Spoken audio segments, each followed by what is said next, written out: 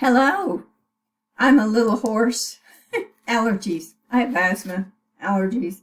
So I'm a little hoarse, so if I sound funny, that's why.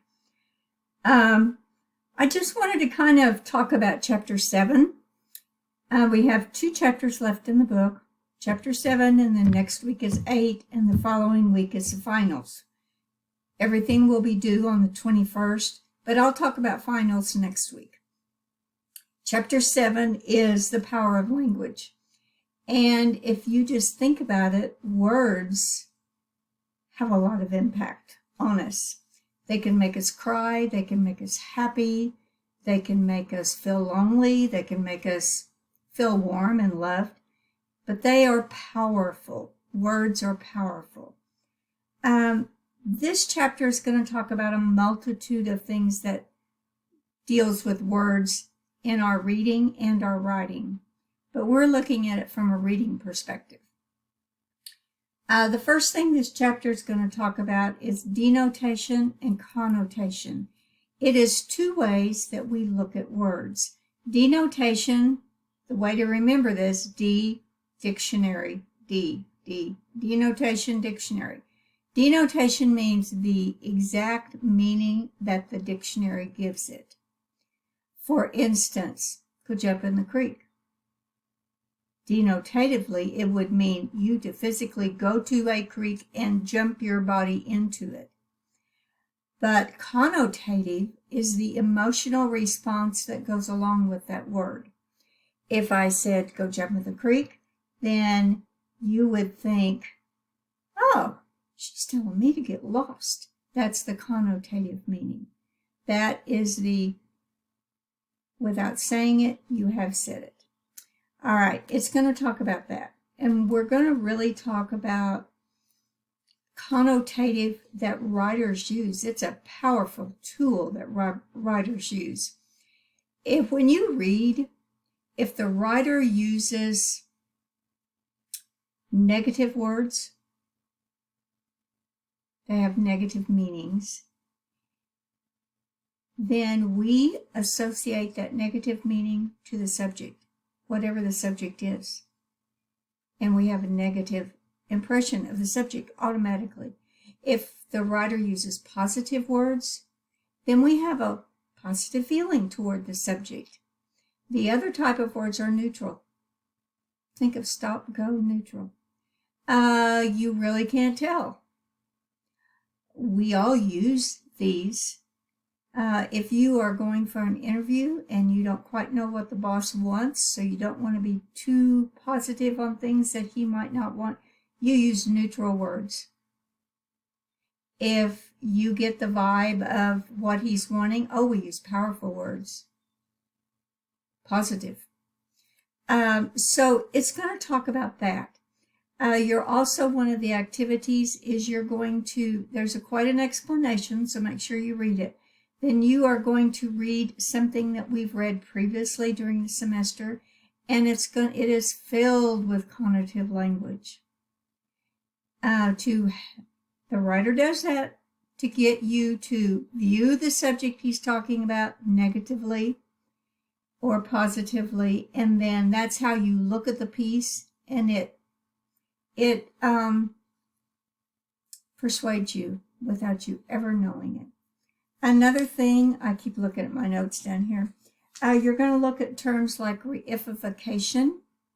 And reification is when words take on a power all themselves.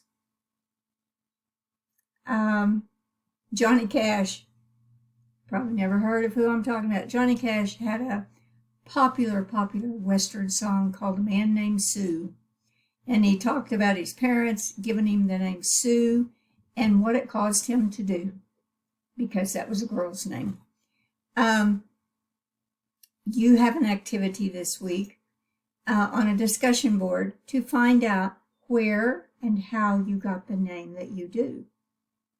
And has that name affected you in any way? That's another activity for this week. Then you are going to look at all these tools that writers use with words. Vagueness. if something's really vague, you don't know quite how to take it or how to judge it. Ambiguity is, again, don't quite know how to take it. It's going to explain all these things. And as you do your chapter, textbook, and journal writing, you're going to look at some of these. Doublespeak. Oh my gosh.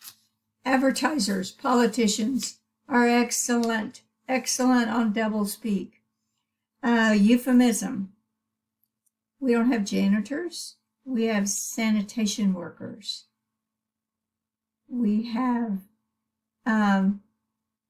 nice terms for words that they can just say the word, like a janitor. Anyway, there's more. There's a lot more of those. Crazy talk. Yeah, I know. We have that when we refer to somebody that makes no sense whatsoever. We go, oh, he just talks crazy. There is a term that writers use called crazy talk and weasel words. So it's kind of interesting because when you go look at these, you're going to realize, I've heard that. A car salesman did that to me. This person did that. It's kind of interesting, really, to see what the power of words can do. So enjoy the chapter. You have the replies from looking at what everyone did on their 6-word memoir. It's kind of, they're really good. They're really good. You all did a wonderful job on that. And then I told you about a couple of the assignments, about finding out about your name. There's about chapter 7. I'm looking at my other screen. I have 2 screens. I'm looking at my other screen to see what other assignments I gave you this week. I know you only had a couple last week. I hope you did them. They were big points. These are small points. They're all about chapter 7 except for the reply from last week's memoirs. So enjoy. I'll do another video for next week. And if you're behind, please get caught up because next week is the last week of the semester, and then the following week on the this will open on the 17th. I may open it on Sunday instead of Monday. I'll let you know about finals next week. Anyway, nice to see you all. I wish I could see you in person, but call me if you have any questions. Bye.